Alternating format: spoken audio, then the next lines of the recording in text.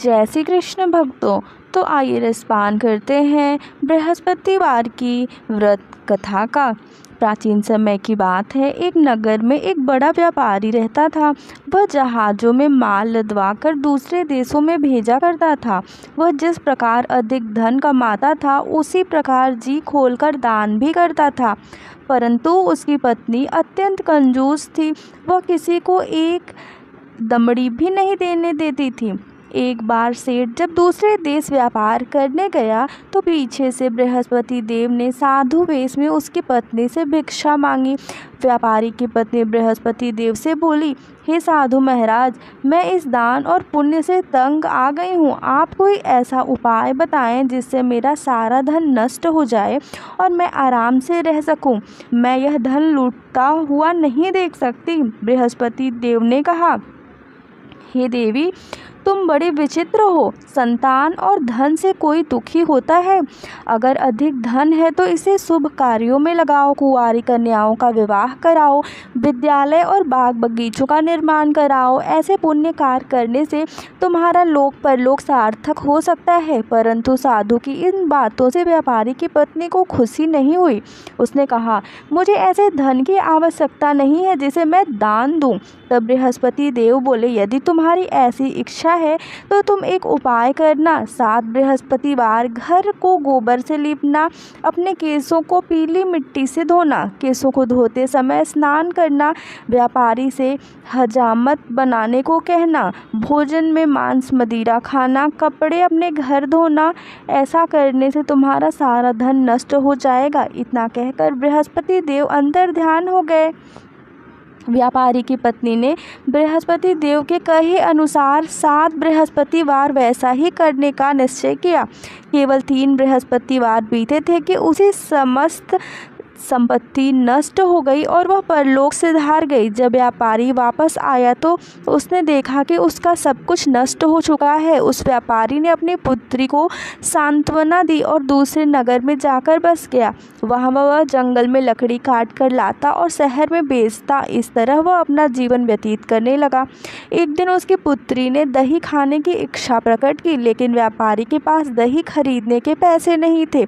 वह अपनी पुत्री को आश्वासन देकर जंगल में लकड़ी काटने चला गया। वहाँ एक वृक्ष के नीचे बैठ अपनी पूर्व दशा पर विचार कर रोने लगा। उस दिन बृहस्पतिवार था। तभी वहाँ बृहस्पति देव साधु के रूप में सेठ के पास आए और बोले, हे मनुष्य, तुम इस जंगल में किस चिंता में बैठे हो? तब व्यापारी बोला, हे महाराज, आप सब कुछ जानते हैं। इतना कहकर व्यापारी अपनी कहानी सुनाकर रो पड़ा। बृहस्पति देव बोले, देखो बेटा, तुम्हारी पत्नी ने बृहस्पति देव का अपमान किया था, इसी कारण तुम्हारा यह हाल हुआ है। लेकिन अब तुम किसी प्रकार की चिंता मत करो। तुम गुरुवार के दिन बृहस्पति देव का पाठ करो।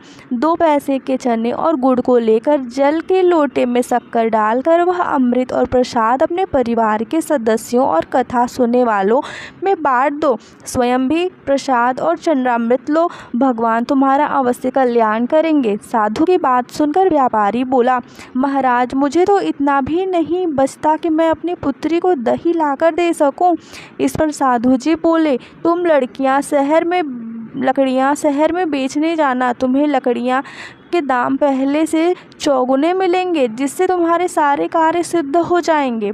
उसने लकड़ियाँ काटी और शहर में बेचने के लिए चल पड़ा। उसकी लकड़ियाँ अच्छे दाम में बिक गई, जिससे उसने अपनी पुत्री के लिए दही लिया और गुरुवार की कथा हेतु चना गुड़ लेकर कथा की ओर प्रसाद बांटकर स्वयं भी खाया। उसी दिन से उसकी सभी कठिनाइयाँ दूर होने लगी। परंतु अगले बृहस्पतिवार को वह कथा करना भूल गया। अगले दिन वहाँ के राजा ने एक बड़े यज्ञ का आयोजन कर पूरे नगर के लोगों के लिए भोज का आयोजन किया। राजा की आज्ञा अनुसार पूरा नगर राजा के महल में भोज करने आया, लेकिन व्यापारी व उसकी पुत्री तनिक विलंब से पहुँचे। अतः उन दोनों को राजा ने महल में ले जाकर भोजन कराया। जब वे दोनों लौट कर आए तब रानी ने देखा कि उसका खूंटी पर टंगा हार गायब है। रानी को व्यापारी और उसकी पुत्री पर संदेह हुआ कि उसका हार उन दोनों ने ही चुराया है। राजा की आज्ञा से उन दोनों को कारावास की कोठरी में कैद कर दिया गया। कैद में पड़कर दोनों अत्यंत दुखी हुए। वहाँ उन्होंने बृहस्पति देवता का स्मरण किया। बृहस्पति देव ने प्रकट होकर व्यापारी को उसकी भूल का आभास कराया और उन्हें सलाह दी कि गुरुवार के दिन कैद खाने के दरवाजे पर तुम्हें 2 पैसे मिलेंगे। उनसे तुम चने और मुनक्का मंगवा कर विधिपूर्वक बृहस्पति देवता का पूजन करना। तुम्हारे सब दुख दूर होंगे। बृहस्पतिवार को कैद खाने के द्वारा पर उन्हें 2 पैसे मिले। बाहर सड़क पर एक स्त्री जा रही थी। व्यापारी ने उसे बुलवाकर गुड़ और चने लाने को कहा। इस पर वह स्त्री बोली, मैं अपनी बहू के लिए गहने लेने जा रही हूँ, मेरे पास समय नहीं है। इतना कहकर वह चली गई। थोड़ी देर बाद वहाँ एक और स्त्री निकली। व्यापारी ने उसे बुलाकर कहा कि हे बहन, मुझे बृहस्पतिवार की कथा करनी है, तुम मुझे 2 पैसे का गुड़ चना लाकर दे दो। बृहस्पति देव का नाम सुनकर वह स्त्री बोली, भाई मैं तुम्हें अभी गुड़ चना लाकर देती हूँ। मेरा इकलौता पुत्र मर गया है, मैं उसके लिए कफन लेने जा रही थी, लेकिन मैं पहले तुम्हारा काम करूँगी, उसके बाद अपने पुत्र के लिए कफन लाऊंगी। वह स्त्री बाजार से व्यापारी के लिए गुड़ चना ले आई और स्वयं भी बृहस्पति देव की कथा सुनी। कथा के समाप्त होने पर वह स्त्री कफन लेकर अपने घर गई। घर पर लोग उसके पुत्र की लाश को राम राम सत्य है कहते हुए शमशान ले जाने की तैयारी कर रहे थे। स्त्री बोली, मुझे अपने लड़के का मुख देख लेने दो। अपने पुत्र का मुख देखकर उस स्त्री ने उसके मुंह में प्रसाद और चरणामृत डाला। प्रसाद और चरणामृत के प्रभाव से वह पुनर्जीवित हो गया। पहली स्त्री जिसने बृहस्पति देव का निरादर किया था, वह अपने पुत्र के विवाह हेतु पुत्र वधू के लिए गहने लेकर लौटी और जैसे ही उसका पुत्र घोड़ी पर बैठकर निकला, वैसे ही घोड़ी ने ऐसी उछाल मारी कि वह घोड़ी से गिरकर मर गया। यह देख स्त्री रो रो कर बृहस्पति देव से क्षमा याचना करने लगी। उस स्त्री की याचना से बृहस्पति देव साधु वेश में वहां पहुंचकर कहने लगे, देवी तुम्हें अधिक विलाप करने की आवश्यकता नहीं है, यह बृहस्पति देव का अनादर करने के कारण हुआ है। तुम वापस जाकर मेरे भक्त से क्षमा मांगकर कथा सुनो, तभी तुम्हारी मनोकामना पूर्ण होगी। जेल में जाकर उस स्त्री ने व्यापारी से माफ़ी मांगी और कथा सुनी। कथा के उपरांत वह प्रसाद और चरणामृत लेकर अपने घर वापस गई। घर आकर उसने चरणामृत अपने मृत पुत्र के मुख में डाला। चरणामृत के प्रभाव से उसका पुत्र भी जीवित हो उठा। उसी रात बृहस्पति देव राजा के सपने में आए और बोले, हे राजन, तूने जिस व्यापारी और उसकी पुत्री को जेल में कैद कर रखा है वह बिल्कुल निर्दोष है। तुम्हारी रानी का हार वहीं खूंटी पर टंगा है।